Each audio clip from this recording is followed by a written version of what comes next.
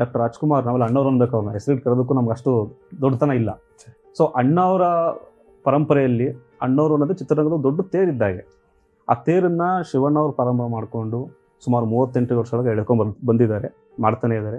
ರಾಘಣ್ಣ ಹೇಳ್ಕೊಂಡು ಬಂದರು, ಅಪ್ಪು ಸರ್ ಇರೋಷ್ಟು ದಿನವೂ ಅದ್ಭುತವಾಗಿ ಇಡೀ ವಿಶ್ವ ನೋಡುವಂಥ ಮಾಡಿದ್ರು. ಸೊ ಈಗ ಆ ಜವಾಬ್ದಾರಿ, ಬೆಟ್ಟದಂಥ ಜವಾಬ್ದಾರಿ, ಆ ತೇರನ್ನು ಮುಂದಕ್ಕೆ ಎಳ್ಕೊಂಡು ಹೋಗುವಂಥ ಜವಾಬ್ದಾರಿ ನಿಮ್ಮ ಪಾಲಿಗೆ ಬಂದಿದೆ. ಎಷ್ಟು ಜವಾಬ್ದಾರಿಯುತವಾಗಿ ಇರಬೇಕು, ಏನೆಲ್ಲ ಪ್ರಯತ್ನಗಳು ಮಾಡಬೇಕು ಅನ್ನೋ ಸರ್ ನಿಮ್ಮ ಮನಸ್ಸಲ್ಲಿ ಓಡ್ತಿದೆ. Again legacy.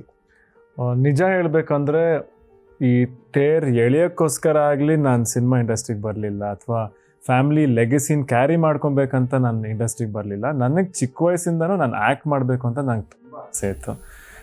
ಯಾಕಂದರೆ ನಾನು ಬೆಳೆದಿದ್ದ ವಾತಾವರಣದಲ್ಲಿ ಅದ್ರದ್ದು ಇನ್ಫ್ಲೂಯೆನ್ಸ್ ಇತ್ತು ನನಗೆ. ಸೊ ಯಾವಾಗಲೂ ಆ್ಯಕ್ಟ್ ಮಾಡಬೇಕಂತ ಇತ್ತು. ಬಟ್ ನಾನು ಯಾರ ಹತ್ರನೂ ಹೇಳ್ಕೊಂಡಿರಲಿಲ್ಲ, ಅದು ನನ್ನ ಮನಸ್ಸಲ್ಲೇ ಇಟ್ಕೊಂಡಿದ್ದೆ. ಬಟ್ ಆ್ಯಕ್ಟ್ ಮಾಡಿದ್ರೂ ಫಸ್ಟು ಆ ಕಾನ್ಫಿಡೆನ್ಸ್ ನನ್ನ ಮನೆಯವ್ರಿಗೆ ಎಲ್ರಿಗೂ ಬರಬೇಕು ಅಂತ ನಾನು ಪ್ರಿಪೇರ್ ಮಾಡೋಕ್ಕೆ ಶುರು ಮಾಡಿದೆ. ಆ್ಯಂಡ್ ನನಗೂ ಆ ಕಾನ್ಫಿಡೆನ್ಸ್ ಬರಬೇಕಿತ್ತು. ಸೊ ಯಾವಾಗ ಟ್ರೈನಿಂಗ್ ಶುರು ಮಾಡಿದೆ, ನಾನು ಬಾಂಬೆಗೆ ಹೋದೆ, ಅಲ್ಲಿ 1 ವರ್ಷ ಇದ್ದೆ, ಅಲ್ಲಿ ಟ್ರೈನಿಂಗ್ ಮಾಡಿದೆ. ಇಲ್ಲಿ ಬಂದೆ, ಇಲ್ಲಿ ಕೆಲವು ಡೈರೆಕ್ಟರ್ಸ್ ಜೊತೆ ಕೆಲಸ ಮಾಡಿದೆ. ಪ್ರೊಡಕ್ಷನ್ ಹಿಂದ್ಗಡೆಯಿಂದ ನಮ್ಮ ಪ್ರೊಡಕ್ಷನಲ್ಲಿ ಎಕ್ಸಿಕ್ಯೂಟಿವ್ ಪ್ರೊಡ್ಯೂಸರ್ ಆಗಿ ನೋಡಿಕೊಂಡು ಸುಮಾರು ವಿಷಯ ಅಲ್ಲೂ ಕಲಿತೆ. ಸೊ ನನಗೆ ಸ್ವಲ್ಪ ಕಾನ್ಫಿಡೆನ್ಸ್ ಬಂದಾಗಲೇ ಆವಾಗ ನಾನು ಸಿನಿಮಾಗೆ ಬರ್ತೀನಿ ಅಂತಲೂ ನನ್ನ ಫ್ಯಾಮಿಲಿಯವ್ರು ಎಲ್ರಿಗೂ ಹೇಳಿದ್ದು.